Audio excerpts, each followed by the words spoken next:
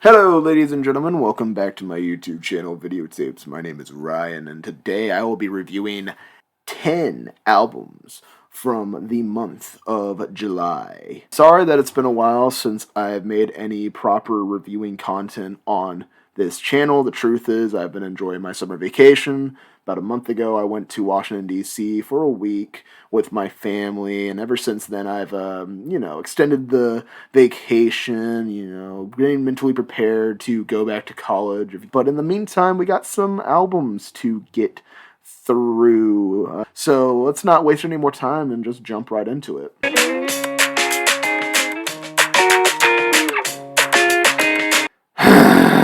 My goodness. This was a very disappointing album.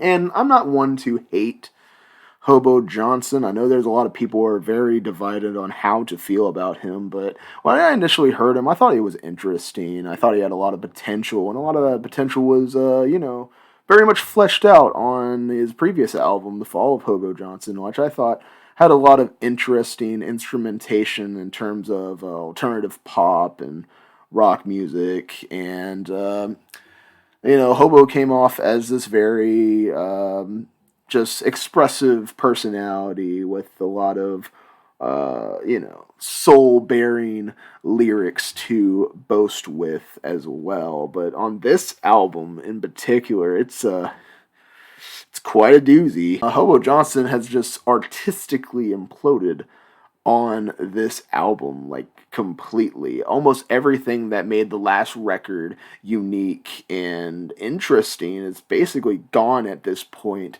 A lot of the fun, upbeat, and quirky instrumentation of that last project is being replaced with a lot more uninspired, acoustic-driven instrumentation. And whenever that's not happening, a lot of it is just very loud and abrasive, unlistenable, poorly mixed rock music with very horrible and garish crowd vocals to boot. And Hobo Johnson, I know like his entire aesthetic is being repellent and very unlikable, but it's supposed to be a character, not not who you're actually like supposed to come off as. Because creates a very like this massive disaster that I think is just almost, I don't want to say career ending because he still has a long way to go, but he could always bounce back from this project. I'm holding out hope that whatever got me interested in this guy will come back around on a more, I'll say, cohesive project. But until then, man, I don't know.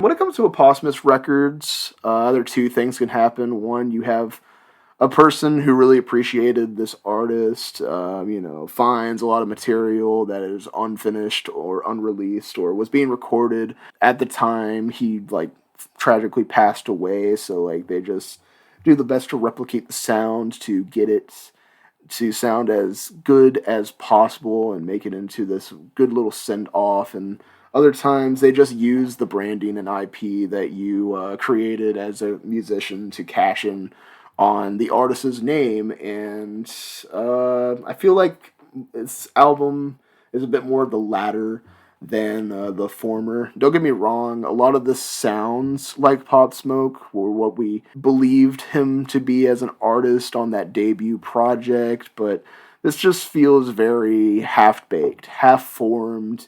I could say it's an admirable attempt at sending off Pop Smoke and everything, but, it's just not necessarily a great project. But hey, R.I.P. Pop Smoke, he was a talented guy, and I feel like he was taken from us far too soon.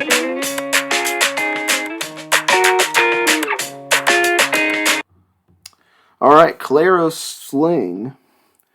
I wasn't really familiar with this artist before listening to this project, truth be told, but she is only 20 years old, and this is only her second project, and I gotta say, this is a pretty good introduction to her aesthetic of soft rock. It's a very sweet and gentle project, although it is a bit derivative of artists that she's clearly being influenced on this record, um, especially in the genre of 70s soft rock. But I feel like her charisma and ability to create songs in this very soft way is with a lot of cool little instrumental gimmicks throughout the entire project is really what helps bring this thing together. And I will be listening to this project about deep into the year, and if it grows on me, then I think that'll be good, but I think it's really going to stay where it is right now.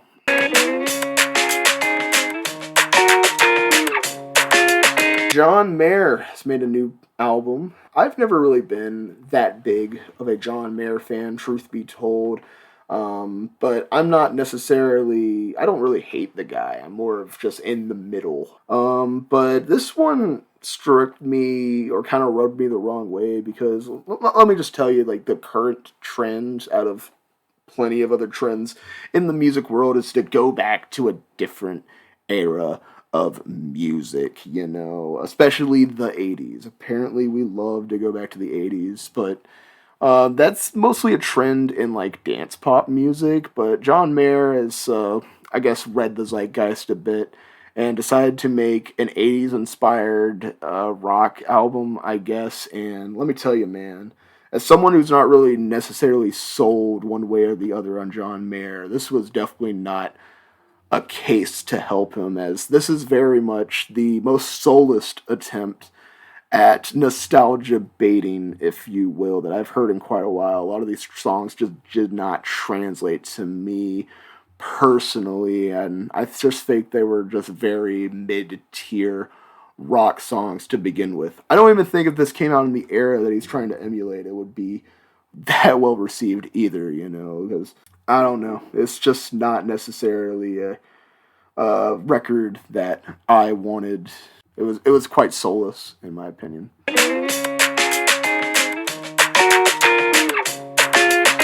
All right, Willow is back. Willow, of course, being the daughter of Will Smith and Jada Pinkett Smith. Her biggest contribution to music, obviously, being one of the worst mainstream pop songs ever made, I Whip My Hair Back and Forth, a song that she made when she was only 10 years old. But that was back when she was letting the industry control her brand. Ever since then, she's kind of stretched her, I'll say, artistic muscles and making music that feels more aligned with what she wants to do. This time around, now that she's entered her 20s, it looks like she's going in a much more alternative rock direction. Yeah, this is an alternative rock album with Travis Barker and everything. And I don't know, I've never really been a fan of that style of alternative rock music completely. It's not necessarily my vibe. I'm more of a 90s alternative rock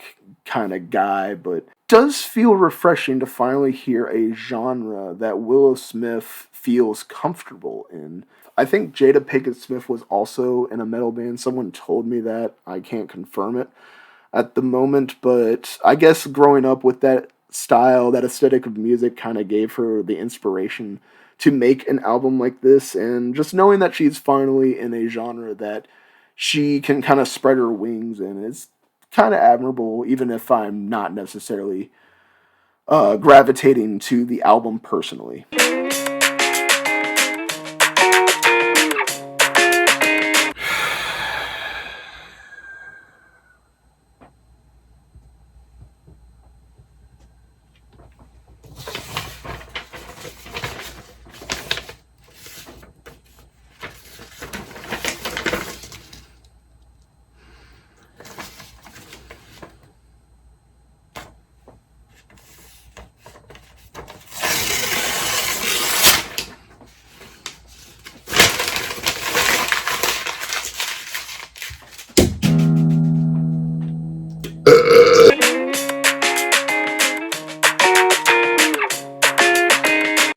Alright, everybody, this is going to sound kind of embarrassing, but I didn't make a video segment for this album. I totally forgot to while creating this video, so might as well get it out of the way in audio form. I was turned on to this album by a guy who said it was one of the worst albums of the year, and the man was not lying. This album is quite the train wreck. The vocals are very obnoxious and garish throughout the entirety of the record. We have very one-note, overblown rock instrumentation, and I feel like it's going for a bit more of like this raw aesthetic to it, but it just ends up sounding like a mess. You know, for a band who's been doing this for about 10 years at this point, it's kind of weird that an industry-made 20-year-old celebrity like Willow Smith made a more convincing and substantive alternative rock album than these supposed veterans. It's kind of quite telling of where this band is at the moment.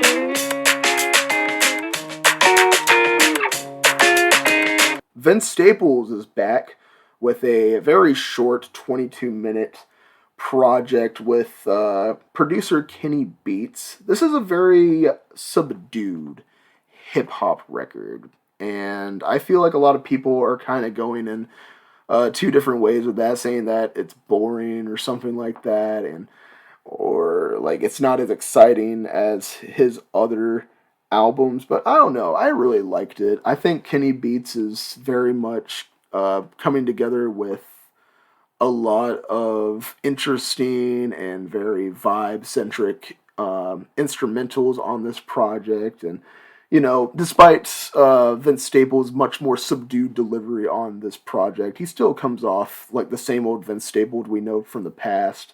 Yeah, even though it's very short in its brevity, most of its songs are about only 2 minutes in length. I think with repeated listens, it will grow on me a bit more, and it will just add another solid hip-hop record into Vince Staples' back catalog.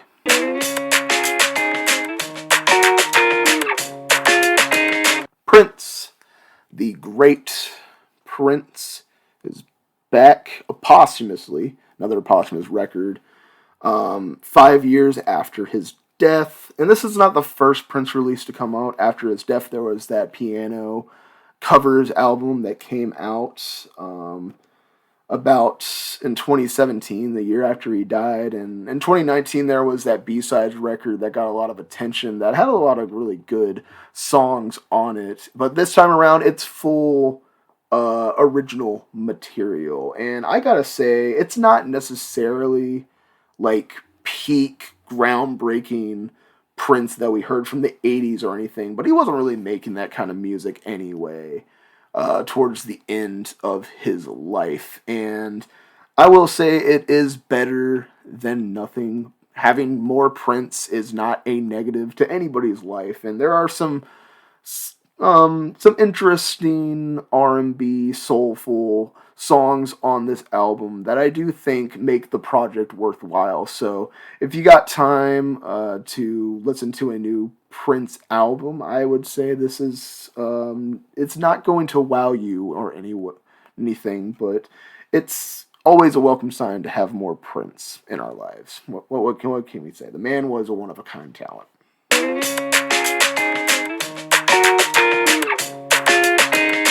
And the last record we have here by Lucy Dacus, I hope I'm pronouncing that right, Home Videos. This record was really good. It actually came out in June.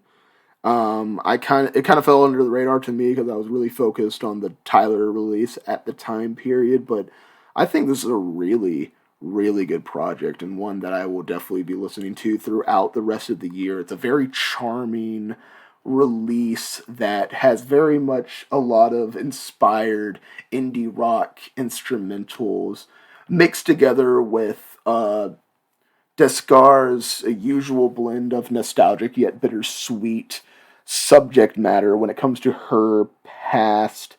Kind of reminds me a lot of Phoebe Bridgers in that way. I think she made a few contributions to this release as well, and you know, Phoebe Bridgers is always a welcome sight for me personally. yeah, it's just a very great indie rock album. One of the highlights of the year, and I'll definitely you should definitely go listening to it. It's the best I've heard all July. So those are 10 records that came out in the month of July. What did you guys think about these 10 records below? Do you think I was too harsh on a few of these? Do you think I was too positive to some of these records? Or are you agreeing with me? I would like to hear in your comments below. Thank you so much for watching this video. Make sure to give it a like if you liked the video. Subscribe to my channel for more reviewing content. And I'll see you in whatever the hell I make next. So,